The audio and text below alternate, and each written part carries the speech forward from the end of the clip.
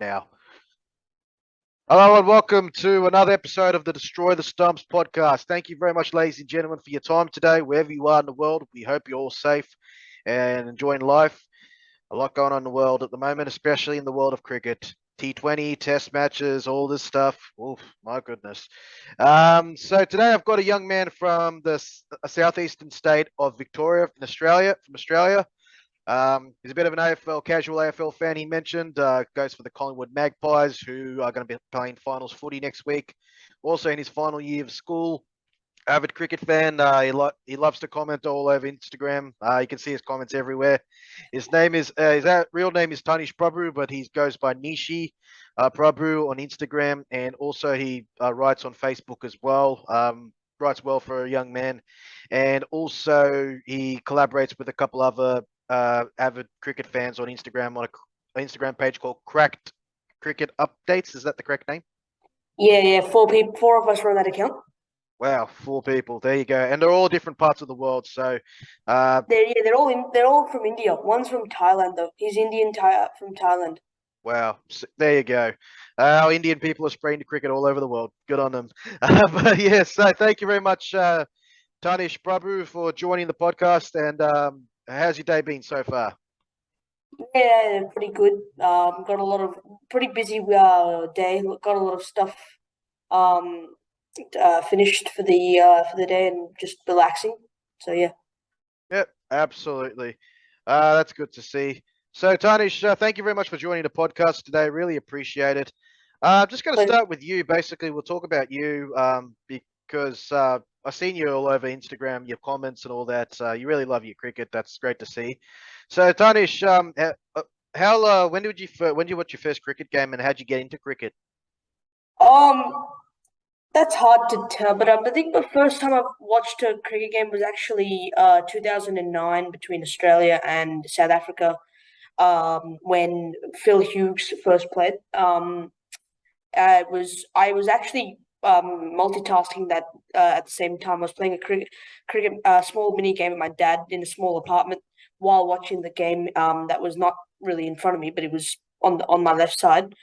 And you should ask if I first played cricket, because I first played cricket back in like for a club in 2012. I played Milo cricket from 2008 onwards, but I first got selected in this Elstonwood Cricket Club at the age of 8, under 11s. I bowled well, and I was back then a full-time, like a number 6, number 7 batsman, who batted like Pujara most of the time.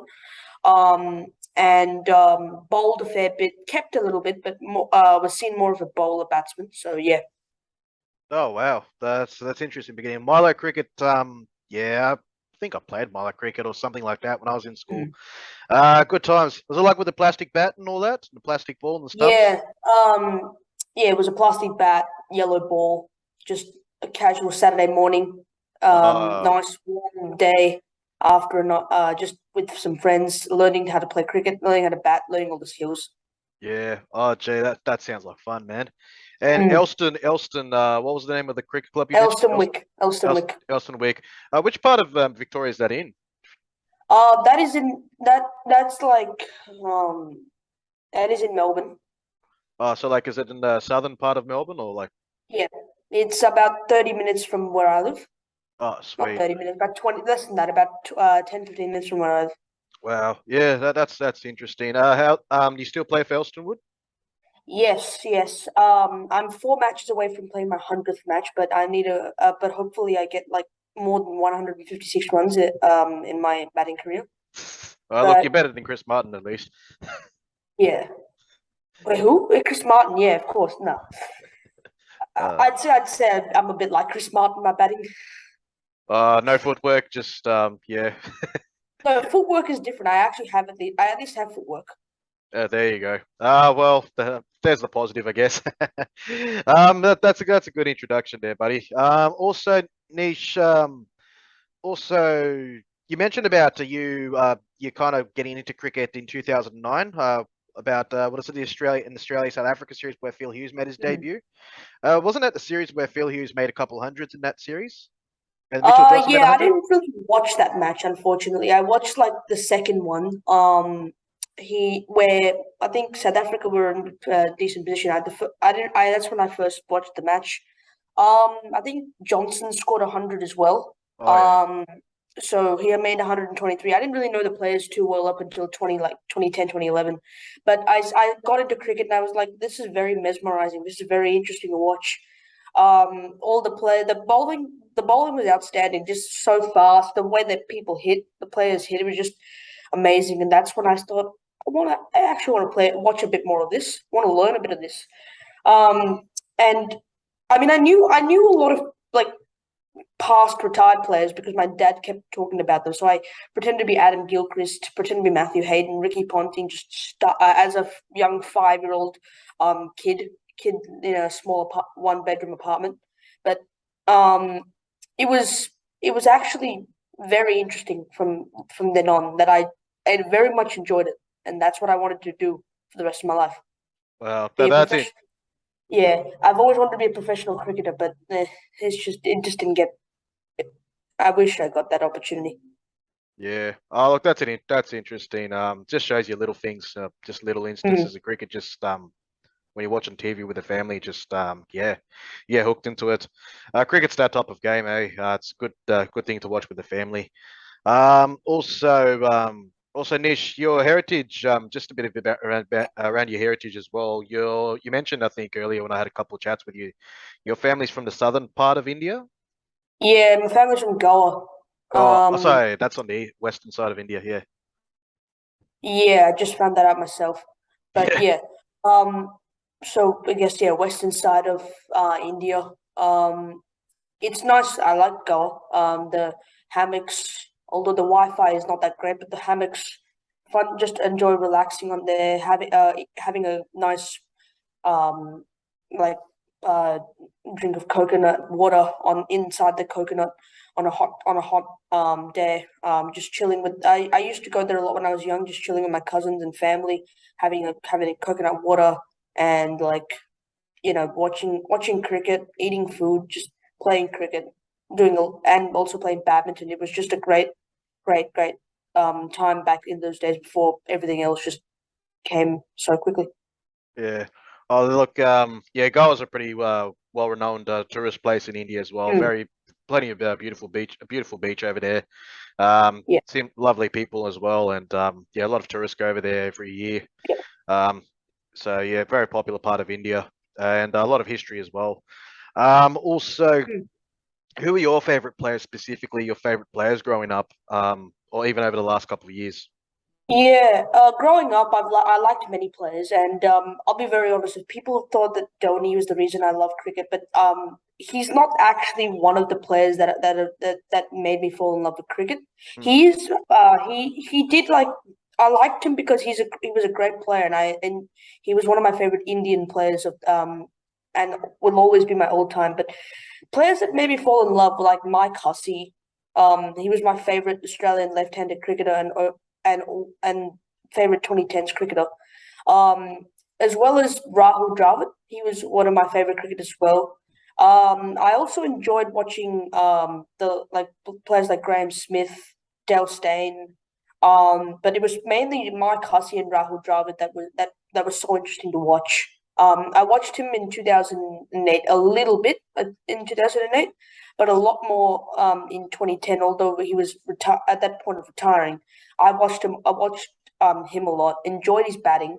I watched Mike Hussey and I enjoyed his cover drives. His cover drives was just so good to watch that I started mimicking his cover drive. I loved his 195 in at the Gabba in against England. Yeah, 2010. I was in India. I was in India watching that game in the morning. I was like Mike Hussey, Brad Haddon, good partnership, and after a pretty messy start, and Hussey, he was just a brilliant player that series. Although Australia lost, like he scored the most tons. He almost got Australia like in position. He was one of my favorites. Playing on the side at the age of 30 as well. It was just brilliant to watch. Yeah, So he true. and two guys who I enjoyed watching. Yeah. Oh, look, Mike Hussey, awesome guy. Raul Dravid, you mentioned Raul Dravid as well. They're two gentlemen of the game, Mhm. well liked all around the world. Raul Dravid's just wonderful technique, probably one of the best defenses Mm. I've seen. Yeah. And Mike Hussey's probably one of the one of the fittest players I've seen. He's just so active, Yeah. even in the Yep. field. Like he's His always fielding hustling. was brilliant. Yeah, Kept continuously watch the highlights. It was just so good to watch. I know. Like back then, Australia had like an amazing fielding cordon. You had Mm, Hussey, Ponting, and Clark, and then before you had Simons, the late Andrew Simons as well.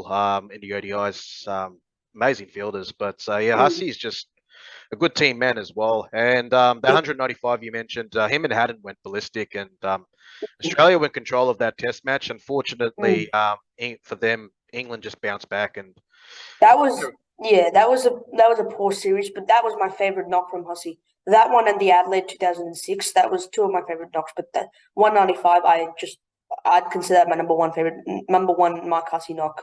yeah, exactly. And he was under pressure before that series. There was a lot of Mm. talk in the media about him getting dropped, or Yep. Yep. some people were saying drop Correct. him, That is correct. and the guy delivered under pressure, despite the circumstances. So yeah, and I remember one knock from Hussey. Well, pretty much everyone knows him for that 2010 T20 World Cup semi-final against Pakistan. That's just Yep. one of the best T20 innings ever for me.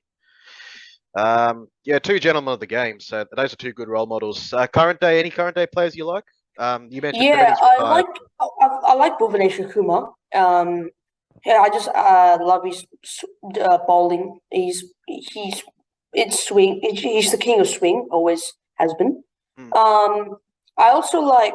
I obviously am going to say I like Rohit Sharma. He's my favorite ODI player. Hmm. Um, although he hasn't been like at his best, but I'd still back him because he's a good player. He's gonna hopefully do well in the Asia Cup. And another one I'm gonna say and it's for Australia, and it's always gonna be Steve Smith. Like I've loved him since he captained Australia. He was actually I went for India, but it was 2014, 2015. He scored 199. He scored back-to-back centuries in his prime. He's a knocks in his redemption series in 2019. I just love Steve Smith. Like him and Marnus, two of my favorite Australian players at the moment. Yeah, two characters when they're batting as well. Very fidgety guys. Those two batting together, awesome players to watch when they're in full Probably one flow. last time in ODI cricket because they're most likely dropping Marnus. Yeah, I get that because they're two similar types of players. You need one, I reckon, that's kind of a guy that can stabilize the innings, and then you need some guys who can just go ballistic at the end. Yep. I understand where Australia are going with that, but I'll see how that goes for both of them. I reckon they'll stick with Smith over Marnus, but in the ODIs, but let's see what happens. But Yep. yeah, Marnus and also Bhuvaneshwar Kumar, he's had a good run, bit injury prone, Mm. unfortunately. That happens with fast bowlers a lot. They get a lot Yeah. of injuries, but he's just got good control and great cutters, excellent swing. His Yorkers are Mm. underrated from what I've seen. People don't talk enough Yep. about his Yorkers. His Yorkers are like pitch perfect. I want him more in Test cricket, but I don't think he's ever going to get picked again in Test cricket. It'd be hard to. India have got some good depth, and I don't Yeah. know if his body can last. To be honest, that's the thing. But yeah, he's had a good year so far in T20s as well. So he'll be a big factor in the World Cup in a couple of days, and even in this Asia Cup as well. Some good role models there, especially Rahul Dravid and Mike Hussey. You seem to like the gentleman of the game, don't you? Mm. Always. So yeah, Tarnish um, also just about your Instagram page as well. So you have your own page where you comment a lot on especially the Cricket Australia page and even Flog Yeah, that's my Sports. main account. Yeah. Yeah, and then also you have a Facebook account as well where you It's not Facebook, it's LinkedIn. It's LinkedIn. oh, LinkedIn. I post my articles there. Oh right, yeah, okay. I looked like a Facebook on one of the Yeah, screenshots fair that I point. saw. Yeah, that's my mistake. But yeah, also, so you write articles, you post them on LinkedIn as well. I can see like you like doing day summaries of certain matches that you follow. Yes, yes, yes. And also the other page that you collaborate with the other four gentlemen of Indian heritage as well. The Crack Cricket Updates. So how did you get into that page, and also how did you get into writing? Um, I'll be very honest with you. As a young kid, the age 12, I actually wrote a book. Like a like a fictional fantasy book. Back when I was in year 6, that got published, but not edited as much. And it's in a few libraries, a few in India as well. And I wrote some other random stories just for fun that weren't that great, but my mum pretty much said that I've got some sort of talent there. And in around 2020, I just like decided, let's make a page. Let's just use the same account, like my main account, and start like writing articles. And I was like writing continuous articles, and I was like, this is just for fun. I just continuously wrote articles because I enjoyed it, and that's when I was like, okay, I could probably be a journalist, um, probably like a writer, a commentator at Fox Cricket in the future. I mean, I had a lot of I also had a page on TikTok where I posted my cricket content. That got me to 9K followers. For in the last 2 years. And LinkedIn, I started. Let's just go on LinkedIn. Which my dad told me to do. I started posting articles, and I really enjoyed it. At first, I was like, this is for fun, but after a while, I took it seriously, and I thought this would be my profession. And I actually very much enjoyed writing a lot of articles, a lot of games. First summarizing it, then writing about specific points, and then writing about just updates and just like the problems that I have in the cricketing world, and then like the good parts of the cricketing world. And I thought with my friends one day last year, I told them in a group chat, if you want to make an account like called Stump for Answers, Crack Cricket Updates, and they agreed to it, and we made this page. Unfortunately, the account got banned for copyright because someone posted stuff. Um, but we got a second account, and we thought this would be very good for a few of us for me, who wants to be an aspiring journalist, who wants to aspire into journalism. Um, and I wanted, and some others who love cricket but are not really aspiring into it. They want to want to do some other profession. But this is what kind of inspired me. It's the book that I wrote, and it's up until the point where I started writing articles. And I'm writing another book right now as well. It's called The Powerful Crystal Gem. So, and I love the subject English in school. Like I've excelled in every year. Wrote back-to-back stories, got good marks. So I had a hidden talent of writing as well, alongside cricket.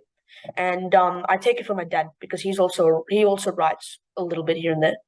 So I'd say that, yeah, that's what kind of inspired me, I guess. Oh yeah, cool. Two books. So that's interesting. Two books. And Mm. one in year six. Oh man, Yeah, one in year six. It got published as well, like just for fun, and it's now in a few libraries in Melbourne. that's good, man. Seriously, I mean, when you're in year six, you're like 11 or 12 years old at the time. Mm. Man, when I was 11 or 12, yeah, it's a pretty long story, I guess. Got into a bit of trouble. But yeah, man, I don't think I would have been able to do that at 11 or 12. So that's really good, man. Good on you. And one coming up as well. So is that one of your future ambitions as well? Because that's what I was just about to get on to as Yeah, well. yeah. I want to be. So I want to be a journalist.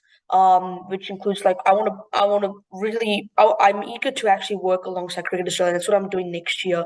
I'm doing, instead of going to university next year, I'm doing this CETA program, where it's a bit like it's a tertiary course, and I'm working alongside like Cricket Australia with some players, doing some assignments Monday, Tuesday, Thursday, Friday, Wednesday, day off. And I hope to get in. My interview went well. They also liked my application, so hopefully I get in, and then I get that diploma. I get into university the year after, where I do media communications as well as law, because those are the two things I enjoy. And I want to be a journalist because I like writing and I love cricket. I don't I hope to be a professional cricketer, but it might not be there. It might not be happening for me for a while. So alongside club cricket, I wish to also like write, also travel around the world to write, watch cricket for free, and also work at Fox Cricket, at the Sky Sports in England, um, in India as well for World Cups. I like that stuff. It's my thing, and I'm doing podcasts for this reason. I'm writing articles and posting on CrackedCricketUpdates as a temporary thing for this reason because it's what I want to do. It's what I like. Oh, well, that's wonderful, mate. Wow, that's ambitious, and look, I wish you all the best with that. Thanks. That's really ambitious, man. And look, the way things are going, I hope everything goes well for you. We need some good Thanks. journalists in cricket, man. Probably like not, yeah. Who's your favorite journalist anyway? From or like any commentators or anything that you look up Yeah, to? my favorite commentators like Harsha Bhogle. Yeah. Oh, he's a Um, lot of knowledge. yeah, he's one of the rare Indian commentators that are actually good in India. And and I also very much like Bill Laurie. Like I've always loved Bill Laurie, Richie Benaud, Mark Taylor, but mostly Richie Benaud and Bill Laurie and Tony Gregg because those three were very very interesting to listen to while Yeah. watching a nice game of cricket in the summer. Really Yeah. really good to listen to. Yeah, Bill Laurie, that voice as well, with the big nose. Oh, I've got a big nose as well, but yeah, Bill Laurie, oh, he's got him, yes, he has. What a wicket, what a better Mm, bowling, and then good old yeah, Richie Benaud, 2 for 222. Yeah, the way those guys used to describe different aspects of the game just got you hooked on the like mm, the action and that. And Tony Gregg, you mentioned the late great Tony Gregg, former England captain and iconic commentator. yeah, Tony Gregg was a very good storyteller. Read his autobiography, his book, where his family also mentioned as well. His son mm, mentioned that his dad was a great storyteller, and like he'll just narrate little things. And you can even note that in some of his famous commentary bits. There was one innings that yeah, Sachin played in Sharjah, where Sachin played many great innings in Sharjah, yeah. Of yeah, course. back But in the day. is that the one in 1998 where he scored 143 against Australia? Oh yeah, he scored back-to-back hundreds in both games, and there was the Yeah, sandstorm in one of the games as well. yeah, It's there's video on it on Robert Linda 2 on YouTube. That guy has a whole collection of videos. One of the most interesting cricket fans I've ever seen. Rob Linda mm, too. Rob Linda. The guy's name's Rob Moody. He's from Australia. Yes, so that innings where he's just like, oh, this little man is the closest thing to Don Bradman, and yeah. just like the way, like just Sachin hit it's a beautiful shot, just went Mm. down the pitch, and then like the guys, Tony Gregg's just narrating it like a story. I'm just so glad I got to live during his commentating career, his Bill Laurie's, Richie Benaud's, those three guys who are at the end of their life. I'm so glad I got to live when live and listen to their commentary because it was just really really good to listen to. Just Yeah, pre-cricket, post-cricket, just fucking brilliant. yeah, honestly, yeah, I miss those guys honestly, especially Richie and Tony, and Harsha Bhogle. That guy's got he's got such like great vocabulary, so many He's a words that he's a really nice person. He's actually a good commentator. He's got good insights, and he's a really really nice bloke personally. Like I've met the guy. He had dinner with my parents like in '99, but he's a very very good nice person, and he has really good insights. And I wish to be like him because yeah. he's one of the rare Indian cricket commentators that are actually like good. Yeah, exactly. He keeps you hooked on the game as well. He knows how to like engage Yeah. the audience, and his vocab. He's like a wordsmith. He just comes up with like these words from the dictionary. The guy's so intelligent as well. I think he's done a degree in like as well, and like he's got a few degrees or something. Yeah. He's just the amount of these words that he brings up and the way he explains things. You're like, how the hell does he come up with this stuff? Mm. And Yeah. he's He used been to be doing an engineer. He had a degree in engineering, yeah him and that his yeah wife. yeah, the engineering, that's the one. And this guy, yeah, exactly. And also this guy just he's been doing this for a long time as well. He's been commentating since the 90s, hasn't he, for India? Yeah, about 2000s, early 2000s. I heard him in the 90s, or maybe like, well, 2000s was a while ago as well. Time flies, man. But Yeah. yeah, he's been commentating for a long time. That's a good role models you have there, Nish. And also, just a little prediction before we end the podcast. It's been good chatting with you so far. Thanks. You're an interesting guy. Ladies and gentlemen, do check out his cracked do check out Cracked Cricket Updates. Also check out Neeshey's articles as well. He does some good summaries. And also, if he does join Cricket Australia as a journalist, do check out his articles. Do wish him all the best as well in the future. I reckon he'll do well. He's a good kid. And also, Nish, just before we end the podcast, any predictions for the T20 World Cup? I know it's still early, but 50 days to go. I guess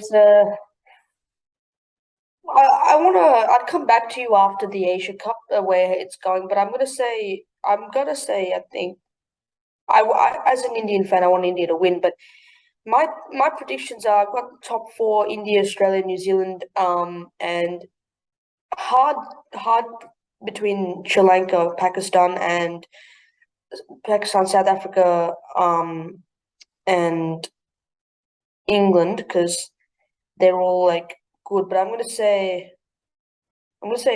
the way it's been going, England haven't really been in their best in T20, so I'm gonna stick with India, New Zealand, Australia, and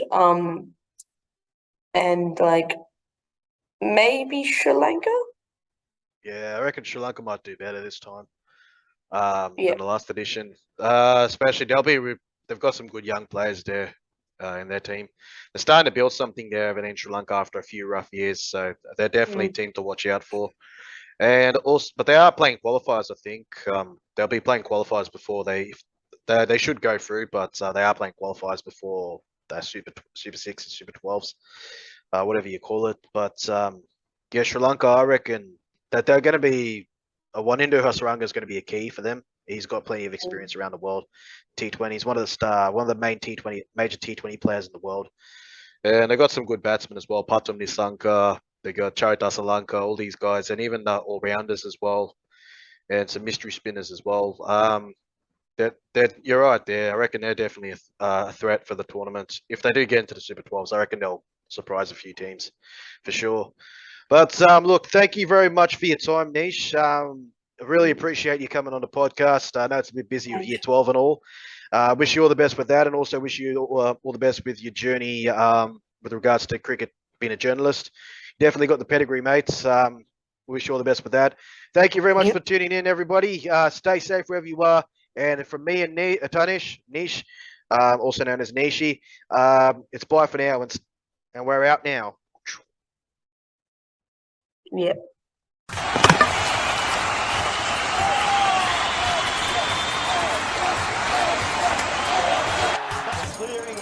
Bowled in! What a ripper!